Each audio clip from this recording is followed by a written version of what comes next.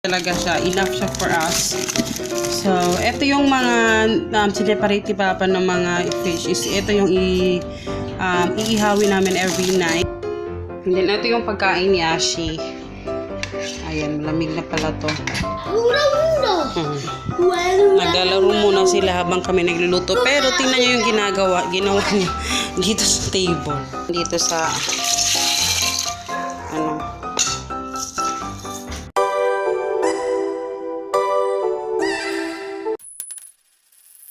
So, sa refrigerator, huwag kayong mag-judge kasi sobrang dumi ng aming ref.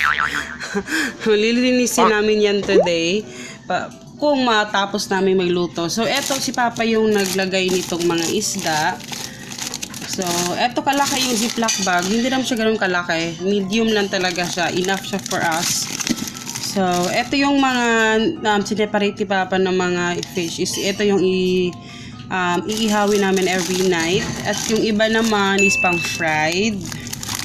Ayan. And then, bali 300 pesos yung budget namin sa isda. And, yun, more on isda kami today. For this month and also next month. And ito may mga manok. Ay, manok! Pork pala to. Ito yung para sa pinakbet and also sa munggo. And eto din, pwede na mga ganto, mga plastic container. Pero yun nga, medyo bulky siya. Kaya hindi masyadong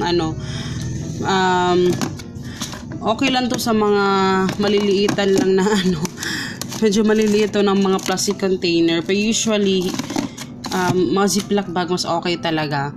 And then, meron din dito sa ibabaw mga na to. Ano ito pa? May isda din to. So, marami tayong isda. Eto din, ano to pa? Ano to? Chicken. Ito chicken para to lahat. So, si Papa kasi yung nag-ano niyan. Tsura. Ayan. Tapos, meron din dito. Ito yung ham na binili niya kahapon. Ito chicken, tilapia. Ay, mamaling kita sa toba, no? Ito binigay sa amin to ng kapitbahay namin dyan sa kabila na matatanda. Yung nagbigay sa amin ng dried fish. Binigyan kami ng isda kasi meron sila nagtitinda sila ng mga fish. So, binibigyan kami lagi ng isda. Kaya, ayan. Yan yung mga nabili natin. Actually, may mga pansit pa. Maraming pansit kasi sobrang dami pansit na binili namin. And then, din nyo naman yung breakfast na ginawa ni Papa. And then, yung magluluto ako ngayon ng atay para kay Ashi. Ang ginagawa ko kay Ashi kasi atay, tapos nilalagyan ko ng carrots. Nilalagyan ko din ng kamote. Kaso hindi nakabili si Papa kagabi ng kamote. Pero, yun lang yung ipapakain ko sa kanya. And then, dinadamihan ko ng gulay tapos nilalagay ko din yung rice. Ngayon tulog pa naman siya. Pero dinidefrost ko pa yung atay kasi kasama yan sa lulutuin namin ngayon. So, yun. Actually, gagawa tayo ng bulk cooking. And, ang tawag dito, today is Tuesday, November 26, 2019. And, actually, mamaya pa kami magsisimula. Pero si Ashi kasi gutom na. And, ayan, ready na yung aming breakfast. Pero, unahin ko lang muna to kasi kailangan ko pa itong papalambot. Ayan, medyo makalat yung ating kusina. So, naglagay ako ng carrots. And then, itong atay. So, wala akong ibang may lalagay kasi yan lang yung available natin ngayon. And then, maglalagay din tayo ng kalabasa at saka konting broccoli para lang at least medyo marami. No? Actually, kinakain talaga niya. Malakas na siyang kumain ngayon. Hindi na siya kagaya nung nakaraang sobrang lakas na niyang kumain. Yun, ito yung natin. So, iti-chop ko lang muna to para mapaano ko na sa tubig. Hello guys! So, ayan, nag-start na kami magluto. Pero actually, si Papa na pinapaslice ko lang sa kanya yung mga gulay na lulutuin namin. And, nag-ano muna ako, nagpipit lang ako dito. Morning, Pang. Morning, guys. So, busy siya kasi nag-pack pa kasi siya ng order kanina. And then, meron pa kaming pending isa kasi nga, medyo may item na sold out. Kaya, ayun. So, yun yung itsura ni Papa ngayon. Sa slice. Pero ako yung magluluto. Si Papa lang yung mag-slice ng mga si Ashi naman tulog. Ayun o. Hindi ba kita? So, namang isa. Nagawa nito. So, ayan si Papi. Yung trabaho niya ngayon. I-slice lahat. And then, ito yung pagkain ni Ashi.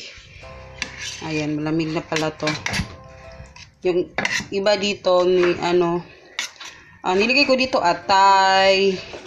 Actually, kinainin niya kanina yung breakfast niya. Broccoli. Tawag dito. Broccoli na. Carrots, rice. Lagyan ko ng yung hilaw na bigas, nilagay ko. Tapos yan. So, yun yung pagkain niya. Mga din to. Tagal-tagal niya ito kakainin. So, eto guys, to, munggo. Malamang munggo yan. Hindi nakalimutan itong ibabad ni Papa kagabi. Kaya ngayon lang itong umaga na babad. Pero, ang gagawin ko dito, ko na lang to.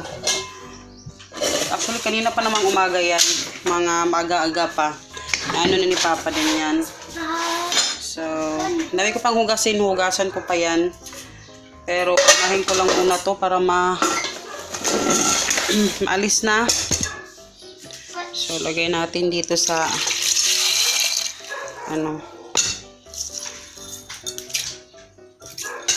para natin. Ayan, dagdagan natin ng tubig.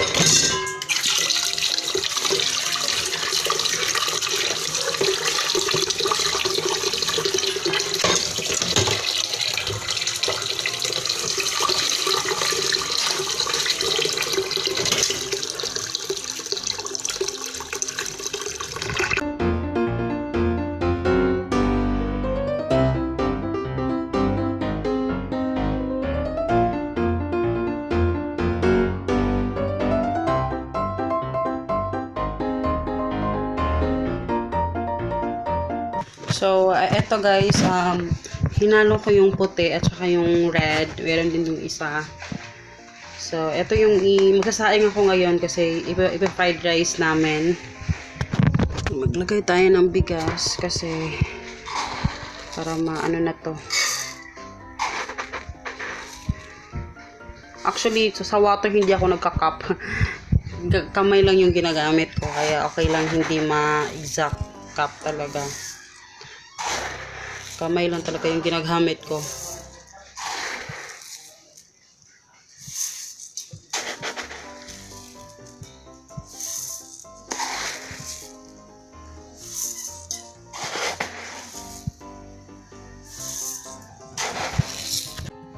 So, update guys. So, eto na. Nakapag-chop na si Papa ng mga talong. Ayan, medyo maraming talong yan. And then, meron din sitaw. And, ngayon, meron yung kalabasa naman yung sinachop ni Papa. And, eto na. Yung munggo. Ayan, nag-ano na siya. Tapos, eto yung ating kanin. Marami tayong kanin. So, ayan. Ipi-freeze din natin yan. And then, after nito, lulutuin natin. Magluto muna kami ng pang-lunch namin. Tapos, saka ko sisimulan yung pagluluto ng ibang ulam. Tapos, yung nagre-request ng, magkano ba yun? 2,000 or 1,000 ba yun per, ano tawag yun? Parang cookbang yung tawag niya.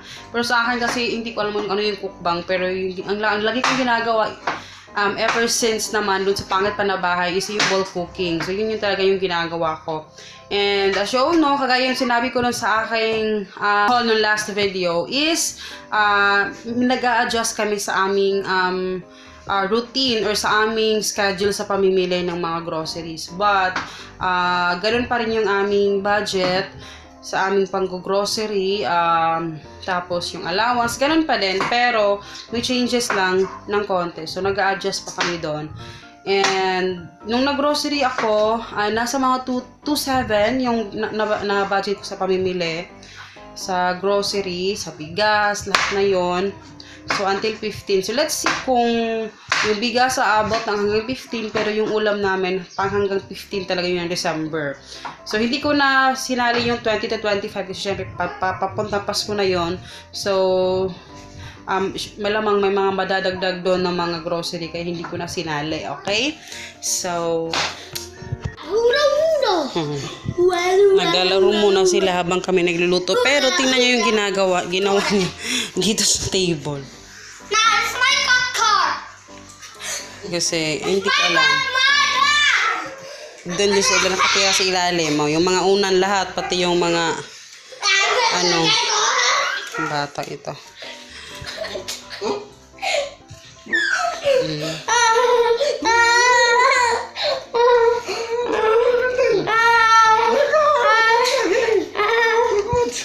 Ayan na yung munggo, guys. And then, mamaya ko pa ito lulutuin. Yung init.